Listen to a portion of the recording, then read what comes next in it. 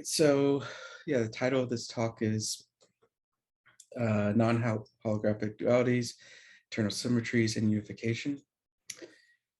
That's meant to indicate that I will address non-holographic dualities if I have enough time.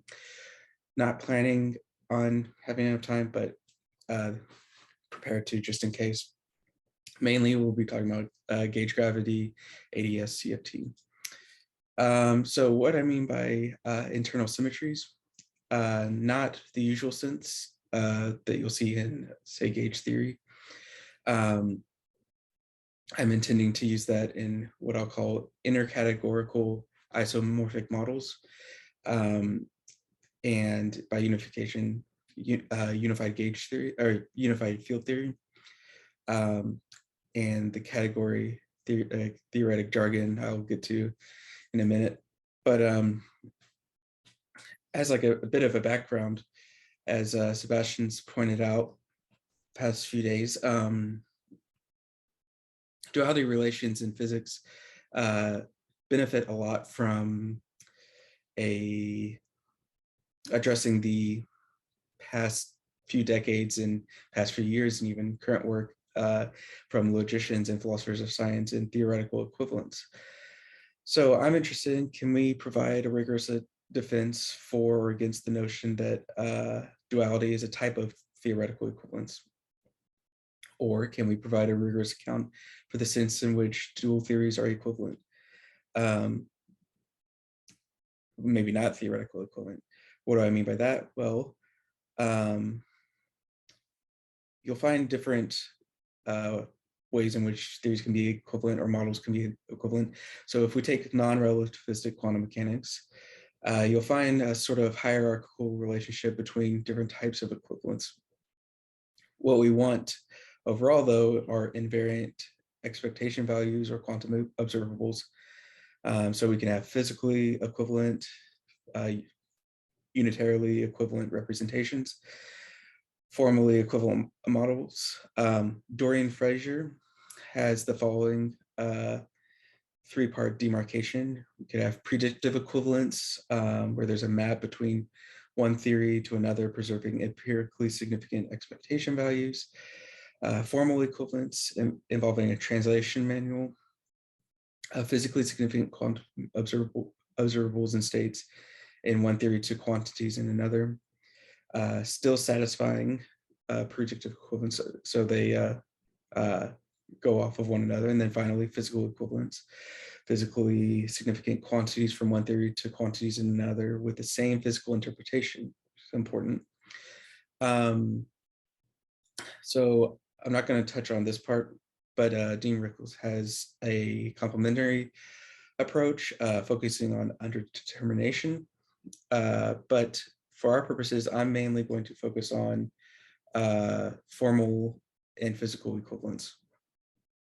Now, before we get to that, it's helpful to go back over just a little bit of what Sebastian has pointed out in terms of definitional equivalence in model theory. That is almost always relegated to first order logic. I'm mainly going to focus on category theory, but to have a bit of a refresher, if you notice in that previous slide, or sorry, this other one, this translation manual, anyone working in duality, dual theories in physics, is probably seeing that term jump out because of what we find in Aes Cft. That's important. I don't think that's just a loose quasi-heuristic notion. I think that there might be some sort of connection that we can make progress on. So back on first order logic, consider these two signatures, one contained in the other. If you have a predicate in one, we can explicitly define a predicate in another through a formula like this. Now, this is just syntax. If we go into semantics and the models thereof, there's actually a theorem that that extends isomorphic mappings that carry over this definitional equivalence. And so yeah, it's this feature of bijectively defining elements of a model in terms of another that should appeal to us. This is essentially what we find in dualities, even if it's higher order structure, such as topological structure in GR, which requires at least second order formalization. However, category theory, I think, can help us when we go into these higher order settings. So as a bit of a, if you're not familiar, maybe you are, but just as a refresher on category theory, basics of it are that we take a category. Main ingredients are objects and morphisms. So I like this example a lot. Weatherall provides it, and it's kind of a basic one. You'll see, say you have set theory. If we take a set and with a collection of open subsets in X that satisfy usually the three basic axioms of topology, well, then you have a new category, category of topological spaces whose morphisms are homeomorphisms, and those would be the arrows between the objects. Such functions are important because if we have a well-defined metric between elements of the set X, we can locally define Euclidean spaces in this topological space, thus defining a topological manifold. What I like about this is that it's easy to get to miss a lot of what's going on in category theory. By a lot of it seems a bit, it can seem speculative, or just, you could call anything a category, but it's a rigorous mathematical way of defining what we already have. So then you have functors that are structure preserving maps between categories. And this is where we kind of get into categorical equivalence. What we need is for a functor that forgets nothing. It these are formal definitions that I won't go into now, but basically full, faithful, and essentially surjective. So that's what you can have for a categorical equivalence. A way to see this in physical theories, well, take in physics, say you have in GR, we have Lorentzian manifolds that are smooth with a smooth Lorentzian metric. The arrows between which the morphisms would be diffeomorphisms. Those are the models of general relativity. We could call that a category. We have the objects, we have the arrows. Makes sense. So an interesting thing for categorical equivalence is between Lagrangian and Hamiltonian mechanics. Barrett has a wonderful overview of this in this paper, but these are just simple examples. Whereas categorical equivalence relates different theory formulations. Say, one example is, your typical formulation of general relativity that I just went over, or you have another one in Einstein algebras. Those are different formulations. What I'm interested in are dualities as morphisms or arrows between models within a category of a unified field theory. So not relating to separate categories, but models within a single category. So so this quote by Weatherall I endorse and want to go off of. There are two senses of equivalence under discussion. One is a relationship between theories or formulations of theories, while the other is between models of a single theory. I'm going to suggest that we identify duality with the second case. So I'd like to provide even better reason to go down this route. So suppose we stop short of saying that dualities relate distinct theories through isomorphic models. The problem with this, with only saying this, is that isomorphism is underdetermined. More specifically, without a category theoretic framing, the formal mappings between theory models are underdetermined relations. And without clarifying the category of these models, you can always ask isomorphic in terms of what? In any mathematical structure, you have two of them, or two mathematical structures, and you ask me, are they isomorphic? A mathematician is always going to ask isomorphic in terms of what? And it's difficult to provide a rigorous sense in which two theory models of distinct categories are isomorphic, seeing that what counts as a morphism between models is relative to a particular category. However, this is what I'm arguing for. If we have models, the models are under a unified theory, it makes more sense. So for example, if you look at electromagnetic duality, you'll have the field strength tensor as the object, and you need the arrows, the morphisms are going to be isometries in Minkowski space. Now, the duality is particular isometry is the isomorphic Hodge-Star operator, which gives us electromagnetic duality. Now, notice how we're not involving functors to separate categories, but we're relegating it to a single category and the symmetries within. So here's an example that I'll try to be clear about. We look at unitary equivalence. Remember I said unitarily equivalent representations in quantum mechanics. I think this provides a really interesting problem for just saying duality is an isomorphism between separate theory models, or models of separate theories. So, I mean, here we have, you know, well, we're all familiar with how you would typically quantize a classical system. So you have a classical Hamiltonian, the phase space. You can quantize it, you get the canonical observables with the canonical commutation relations. We introduced these unitary operators that are also the Weyl operators, or Weyl relations with the Weyl operators at the bottom. Now, what's important is that as we go on, take a Hilbert space with an irreducible representation of these relations to satisfy this, and you get a C-star algebra.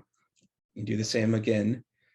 Anyways, what you get is bijective mapping that's a particular isomorphism. And finally, we have this relationship, or this conclusion at the bottom. You know, our if every bounded operator A satisfies the following, that of those unitary operators, U is a unitary operator. Okay, so where does this leave us? The significance of this should not be missed. If they are unitarily equivalent, following from those operators, the two quantum theories will be physically equivalent. So suppose that the unitary operator goes from a Hilbert space to the space of square integrable functions. Well, this is the famous Stone-von Neumann uniqueness theorem, where in every regular representation of a Weyl algebra for some finite dimensional Hilbert space is unitarily equivalent to the Schrodinger representation from standard quantum mechanics. I mean, this goes back to the standard problem in interpreting quantum, like which interpretation, not the measurement problem, but the like which account of, or which way to say it. Do we take the Schrodinger account? Do we take the Heisenberg account or representation? Well, remember, we have a formal proof that that relates the two, that they are equivalent. But this is, we have to be clear here. These are isomorphic relations relative to C-star algebras. So they're conditioned on formal structures within a category of models. And moreover, this only applies to finite dimensional Hilbert spaces, the reason being that it breaks down in quantum field theory. So this restricts us to non-Lorentzian space-time manifolds. And if you look at quantum field theory, you have unitarily inequivalent representations for physical systems. You look at the Hagg's theorem and a bunch of others in algebraic quantum field theory, we have inequivalent representations. What this means for us is that isomorphism is a category relative mapping and cannot, from what I can see, cannot relate theory models from different categories or distinct categories. Isomorphic models can, however, obtain in a category of models for a unified theory. So now, let's get to what we're all interested in. So the type of holographic duality, gauge gravity that I'm interested in Aes Cft is type 2b string theory on compactified Aes 5 cross S5, and then relating it to supersymmetric Yang-Mills. So this is probably a review, but it's important to go through the logic of how we get there, because my whole point is to connect what we just outlined with category theory, with inner categorical isomorphic models, and see if we can do it here. So if we have, if we stack parallel D-branes, we'll get this metric, which has a super gravity solution. Of course, when you go to the near horizon limit, take R to 0, that gives us an ADS metric, which is very important. If you take R to infinity, you get a flat 10-dimensional Minkowski space. So in the near horizon limit,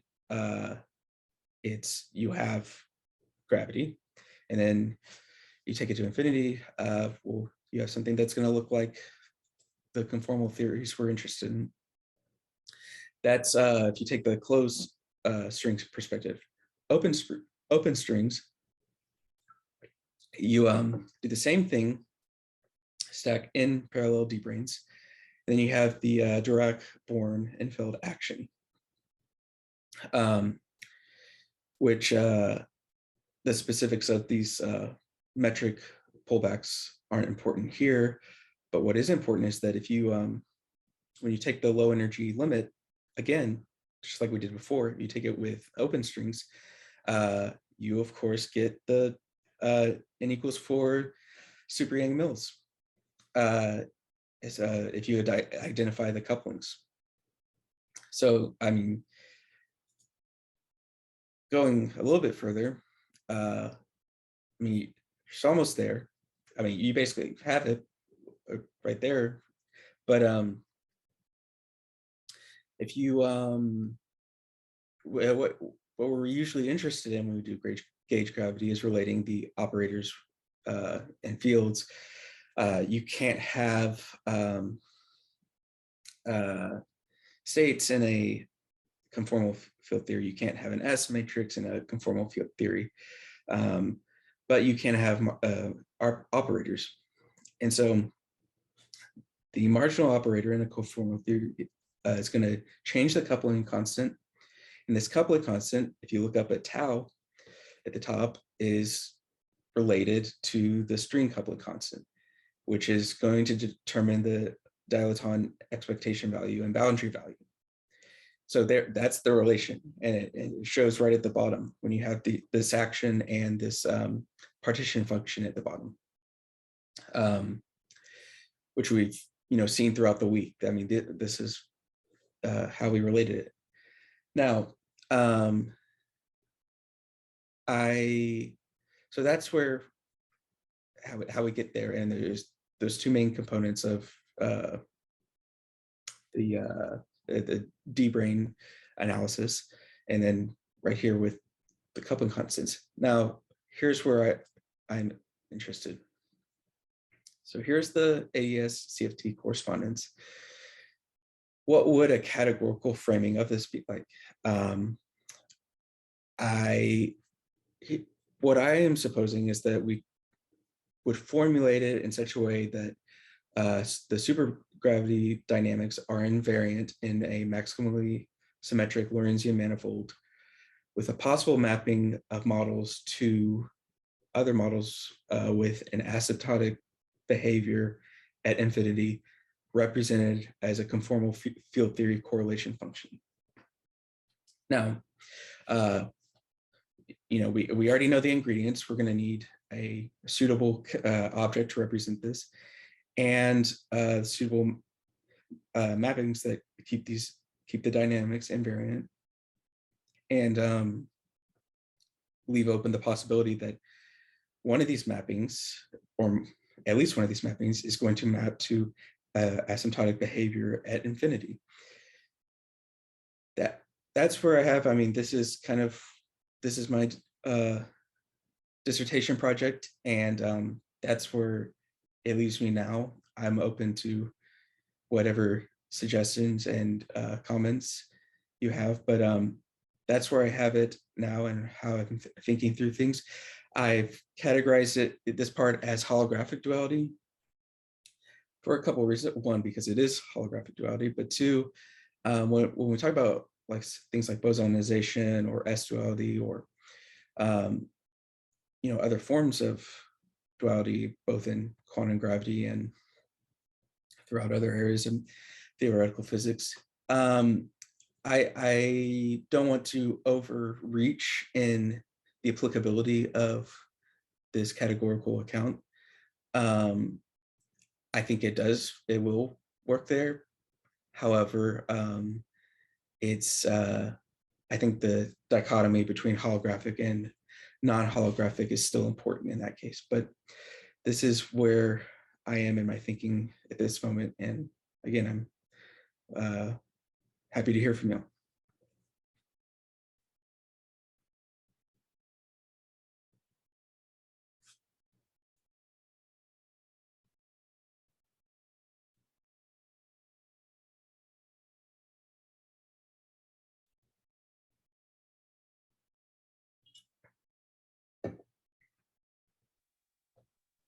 Excuse me, you are muted over there.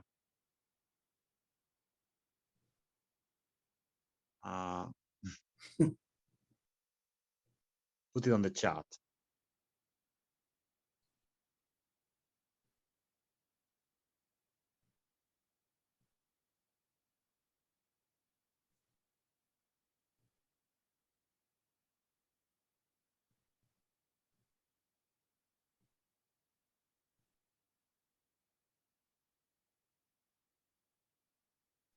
Sorry, my bad. Forgot the mic was muted. So no, I was just saying that if you have a question, you can write Q in the chat. If you have a follow-up, you can write F, and in person, you can just raise your hand or raise a finger if you have just a follow-up. So we have maybe 15 minutes for question. So does anyone have any question? Well, I'll ask something. So if I understand correctly, the idea is that you would like to write these categorical mappings. So you like to have some morphism between in a single category between some kind of supergravity model and something that could be represented in terms of Cft correlation functions, right? And so I was wondering why exactly do you think that it is so crucial to have morphism is a single category and not maybe something like, because you maybe dismissed at the beginning using something like definitional equivalence. And for understandable reasons, but maybe you could use some exception of definitional equivalence, such as something like Pareto equivalence that Hans Alvorson is working on that. Mm-hmm. That might be more promising than equivalence between categories, not an equivalence within a category. To get some traction on this idea, because it seems so much easier to formulate both CFTs and supergravity as categories instead of as objects in a single category. Right. So I don't know if you actually thought about it. Did you? Yeah, no, I actually started out this project wanting to do that. I wanted to. I started out wanting to formulate it as a version of definable categorical equivalence. If you've come across that, so I mean, when I saw definitional equivalence a while back, and I was like, this looks something like that could be generalized to dualities, and then definable categorical equivalence took that further. Even if that's taken out, like I still would have thought that, these are two separate categories, like it wouldn't make sense until like the more I thought about T duality and electromagnetic duality, it didn't make sense to me to it seemed more difficult to keep them as separate categories, because these seemed like inner symmetries within one category of one theory. And if you look at, it made sense all the more if you look at electromagnetic duality, because these were two separate theories. These were two separate phenomena.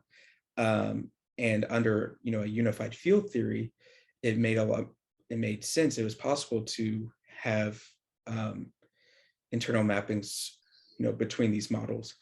And so my thinking from there is like, although this is a lot more advanced, a lot more complicated, it seems like something that could, and I think will, work out with holographic dualities and gauge gravity.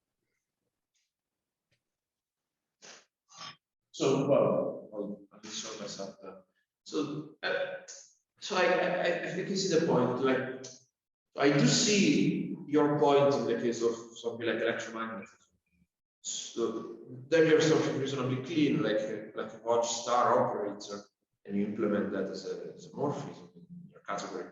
But so this is maybe where I'm less sure that holographic duality is sufficiently analogous to what's going on in electromagnetism, that you can have such a clean representation as a morphism. So the idea would be like this. So, well, for once, I would say that it seems that, like, I'm not even sure that I have any idea as to how to formulate a category for a theory of magnetism and a category for a theory of electromagnetism of electricity that I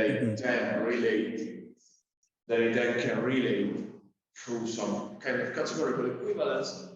And so in that case, it seems very reasonable to use to just put everything in a single category and look for a unified field theory.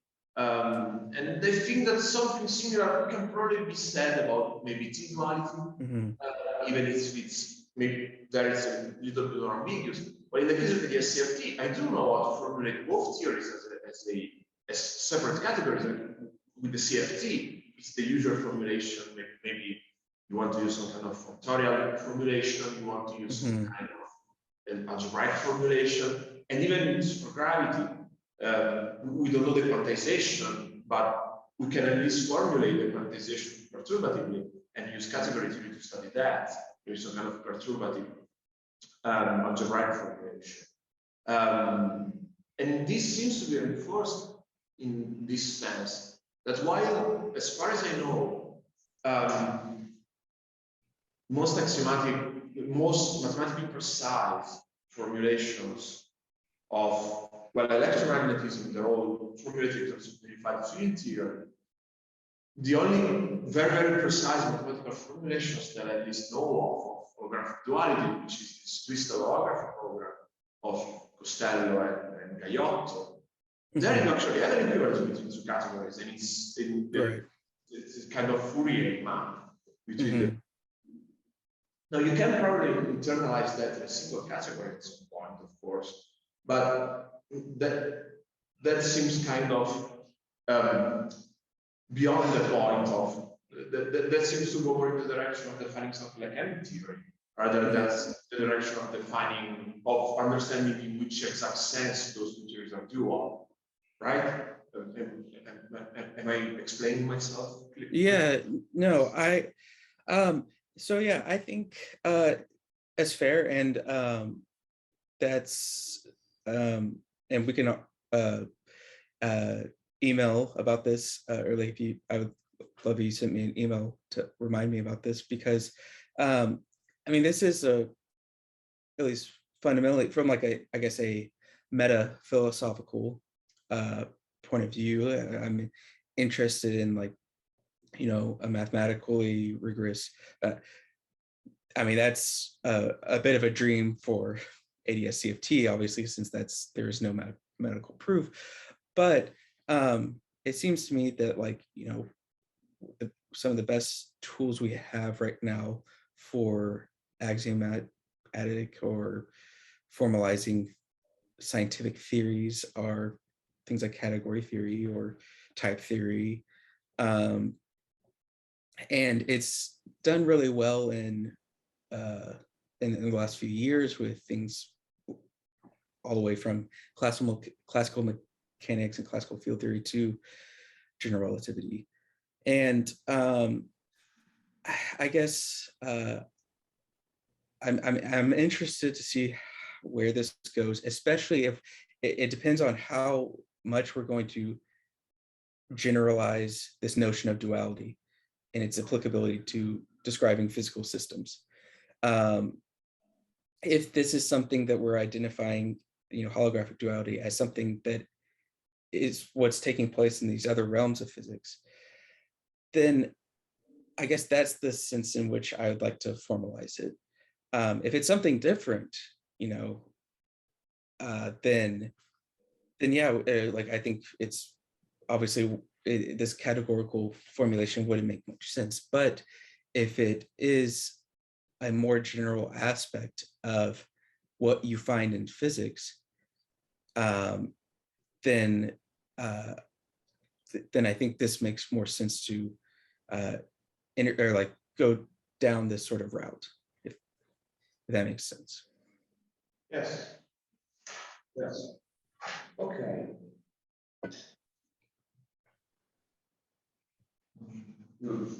Okay, so maybe a short question. So I think it's like an interesting project. So in physics, some of the dualities we just have two duals, while in other cases, like as duality in type 2b, we have a group of duals, like SL2Z group.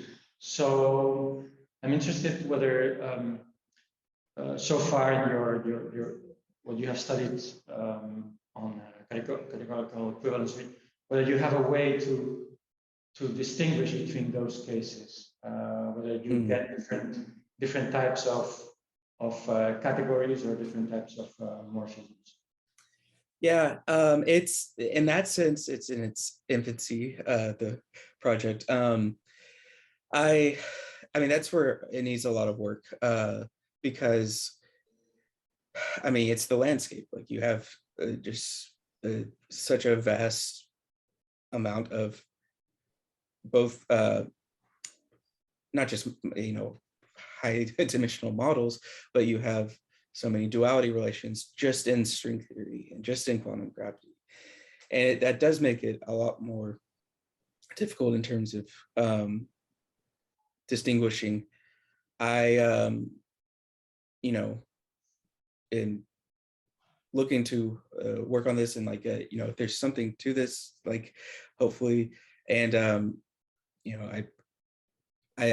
interested in to what extent this is compatible with the schema that you and Butterfield have raised. So, I mean, that's something we could talk down the line about, because I mean, that's probably what you brought up is like probably the next step of, and probably the next issue to address is, it looks really neat right now in these 23 slides, but, and this is even addresses gauge gravity.